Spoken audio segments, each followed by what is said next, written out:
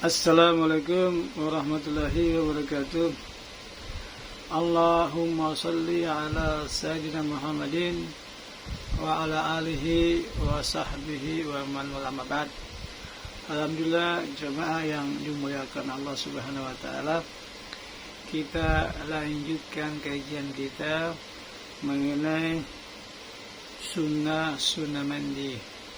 Kemarin kita sudah membahas tentang rukun mandi. Sekarang kita membahas tentang sunnah mandi. Dikatakan sunnahul ghusli ay min haitsu huwa wajiban kana aw manduban khamsatu asya'a, bahwa sunnah mandi, baik itu mandi yang wajib maupun mandi yang sunnah, khamsatu asya'a, ada 5 perkara. At-tasmiyatu, yang pertama membaca bismillah, wal wudu'u qablahu, berwudu sebelum mandi, wa imrarul yadi al jasadi, menjalankan tangan ke atas anggota badan atau menggosok-gosok badan dengan jari dengan tangan kita, wal muwalatu, dan muwalan, wa taqdimul yumna ala yusra, dan mendahulukan membasuh anggota bagian kanan daripada bagian yang kiri. Kemudian keterangannya, yang pertama at-tasmiyatu, membaca bismillah. At-tasmiyatu ay makrunatun biniyati sunnah ghusli, yaitu membaca bismillah bersamaan dengan niat sunnah mandi, ya. Kita ketika mandi, kita kan disunahkan menjalankan sunnah mandi, terus kita membaca bismillah. Waqaluha, paling minimalnya membaca bismillah itu membaca bismillah saja. Wa kamaluha, yang sempurna dan yang lengkap itu membaca bismillahirrahmanirrahim.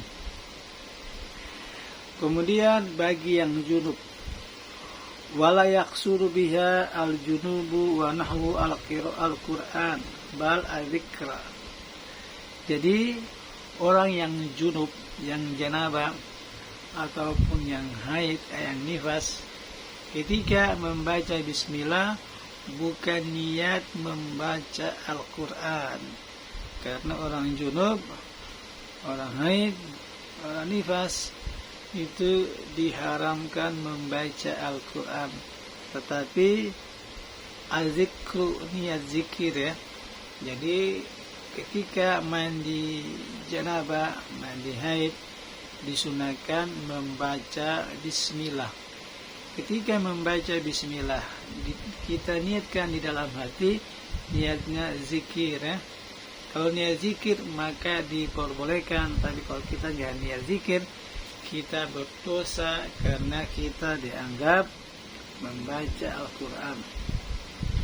Maka dikatakan fa'ilun qasal Al-Quran wahda aw ma'a dzikri haruman.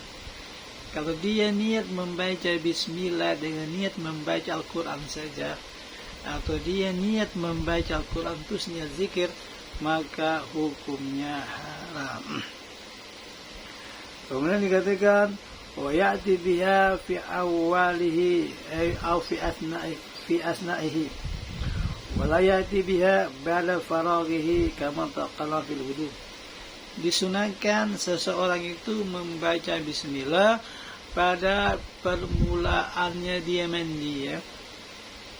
Pada permulaannya mandi disunahkan membaca bismillah, au fi asna'ihi, atau pada pertengahannya mandi. Misalnya kita lupa membaca bismillah ketika awalnya mandi, lalu kita lupa pada pertengahan mandi, maka disunahkan kita membaca bismillah. Doanya gimana? Doanya bismillahi fi awalihi wa akhirihi. Bismillahi fi awalihi wa akhirihi, atau bismillahirrahmanirrahim fi fi awwalihi wa akhirih. Itu kalau kita lupa membaca bismillah dan kita membaca di pertengahannya mandi.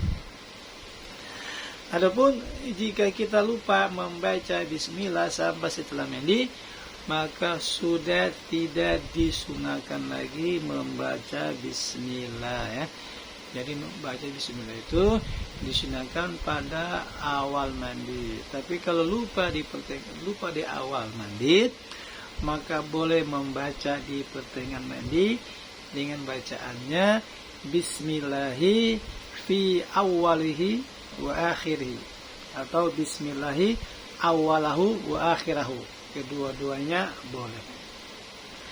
Kemudian sunnah mandi yang kedua, wal wudu qablahu, disunahkan wudu sebelum mandi. Ai al wudu'u kamilan qablahu, ai maksudnya dia wudu dengan sempurna sebelum mandi. Wa yanwi bihi al-muqtasilu sunnatul ghusli in tajaradat janabatu anil hadatsil asghar wa ila an-nawabil asghar, bahwa orang yang mandi itu dia ketika berwudu dia niat sunnah mandi kalau wudunya belum batal ya. Kalau wudunya belum batal, misalnya gimana? Orang junub tapi wudunya nggak batal, itu gimana modelnya? Seperti orang yang tidur dalam keadaan duduk dan dia bermimpi, berarti dia wudunya nggak batal, tetapi dia janabah. Maka ketika mandi, maka dia niat, saya niat mandi, saya niat sunnah mandi ketika berwudu. Tetapi kalau dia punya hadas kecil, wudunya batal, maka ketika dia mandi, dia niat seperti biasa, niat wudu untuk mengangkat hadas kecil. Jadi niat wudu ketika mandi, bagi yang nggak punya wudu, niatnya seperti biasa, niatnya untuk mengangkat hadas kecil, dan wudunya sempurna seperti biasanya, membasuh kedua kaki ya. Wudunya sempurna seperti biasa, membasuh kedua kaki. Kemudian ketika pertengahan mandi ya, wudunya batal, misalnya seperti dia memegang kemaluannya, wudunya batal, maka tidak perlu mengulangi wudunya ya. Sebagaimana yang dikatakan oleh Imam Romli ya, tidak perlu mengulangi wudunya, maksudnya untuk melakukan sunnah wudu, sunnah mandi. Lain halnya menurut pendapat Ibnu Hajar, perlu mengulangi wudunya. Kemudian dikatakan yang ketiga sunnah mandi, yaitu imrarul yadi alal jasad, yaitu menggosok-gosok anggota badan dengan kedua tangan ya.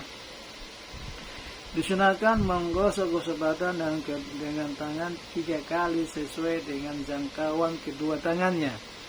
Jadi kita menggosok-gosok badan kita sesuai dengan kemampuan jangkauan tangan kita ya. Dan disunahkan menggosok-gosok badan setiap kali siraman ya. Setiap siram kita menggosok-gosok badan, disunahkan.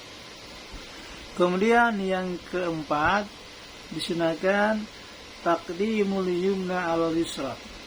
Ketika mandi itu disunahkan, baik mandi wajib maupun mandi sunnah, disunahkan itu kita mendahulukan bagian yang kanan daripada bagian yang kiri.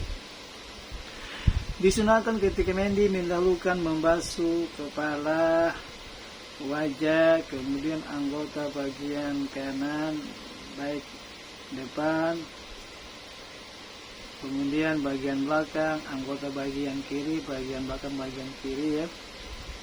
Kemudian sedangkan untuk mayat disunahkan setelah membasuh kepala dan wajah, yaitu membasuh bagian kanan depan, kemudian kiri depan, kemudian bagian kiri depan, kemudian bagian kiri belakangnya. Jadi ketika mandi, jadi mandi itu ada dua cara ya. Mandi yang sunnah, yang sempurna, mandi yang mencukupi ya. Mandi yang sunnah dan mandi yang mencukupi ya. Mandi yang sunnah dan mandi yang mencukupi.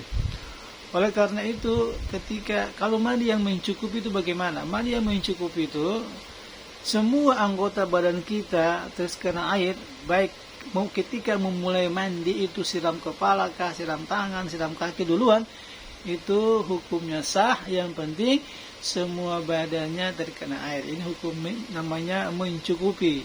Tapi mandi yang sempurna itu yang pertama disunahkan ketika mandi itu membasuh anggota wudu awalan.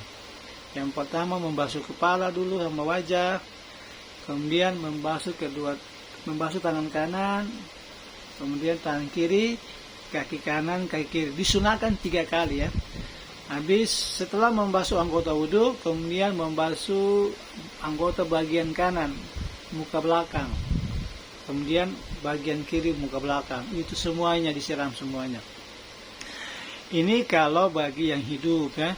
Disunahkan bagi cara mandi yang sempurna, yang pertama disiram tuh anggota wudu dulu.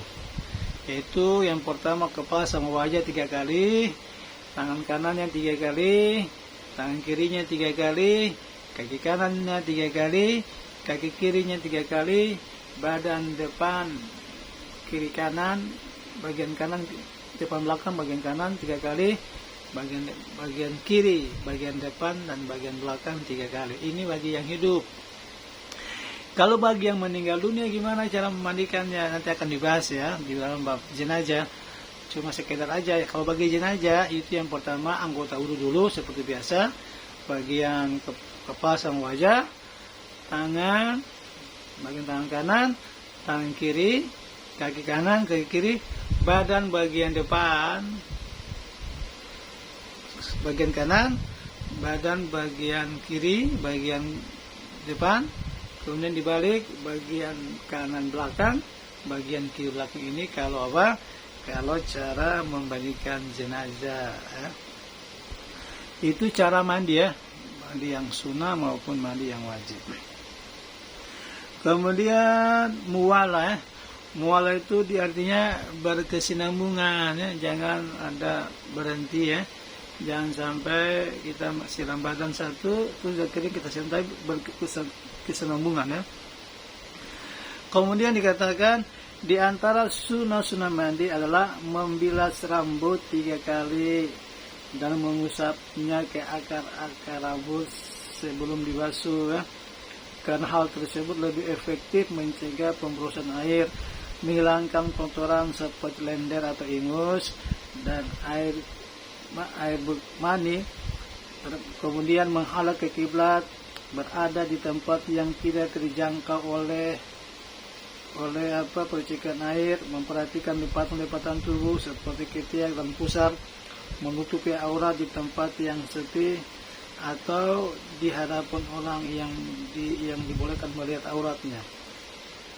Kemudian dan boleh membuka auratnya di tempat yang sepi ketika mandi, akan tetapi menutup auratnya lebih afdol ya. Jadi kalau kita mandi di tempat yang terbuka berarti wajib, tempat terbuka dan itu orang banyak berarti wajib kita menutup aurat kita. Kalau kita membuka aurat kita maka hukumnya haram ya. Kalau kita menutup aurat kita maka hukumnya haram. Kita nggak boleh mandi di tempat yang terbuka, yang aurat kita terbuka dilihat oleh orang banyak ya. Tapi kalau tempat tertutup itu boleh nggak menutup aurat, boleh nggak menutup aurat, nggak tanpa pakai baju, pakai celana, boleh saja. Tapi abdolnya kita menutup aurat. Oleh karena itu, bagi laki-laki ya, misalnya kalau mandi di pemandian umum, di kolam renang ya, kalau kita mau pakai celana ya boleh saja. Tapi celananya itu menutup kita punya lutut ya. Karena auratnya laki-laki itu di antara pusar dan lutut ya, pusar dan lutut. Itu yang wajib ditutup kalau di tempat umum yang dilihat oleh banyak orang. Saya sarankan bagi bapak-bapak, bagi laki-laki yang mandi di tempat umum, itu usahakan memakai celana itu menutup pusatnya sampai lututnya. Kalau sampai di atas lutut berarti kita dianggap membuka aurat, dan itu hukumnya haram hukumnya. Lain halnya kalau kita mandi di tempat yang tertutup, di tempat yang tidak dilihat oleh orang lain, boleh dalam keadaan tanpa memakai pakaian membuka aurat, boleh menutup aurat. Afdolnya menutup aurat, khususnya bagian pakai celana bagian jalan depan. Kemudian makruh mandi tadi sunnah mandi, kemudian makruh mandi. Makruhatul ghusli hiya makruhatul wudu. Makruhnya mandi sama seperti makruhnya wudu. Seperti apa? Seperti menggunakan air yang berlebihan. Adapun hal-hal yang makruh dalam mandi adalah hal-hal yang makruh dalam berwudu, seperti membasuh lebih dari 3 kali dan berlebihan dalam menggunakan air. Kemudian syarat-syaratnya mandi Wa syurutuhu hiya syurutul wudu. Syarat-syarat mandi sama dengan syarat-syarat wudu, seperti tidak adanya sesuatu halangan atau penghalang air ke kulit dan sebagainya.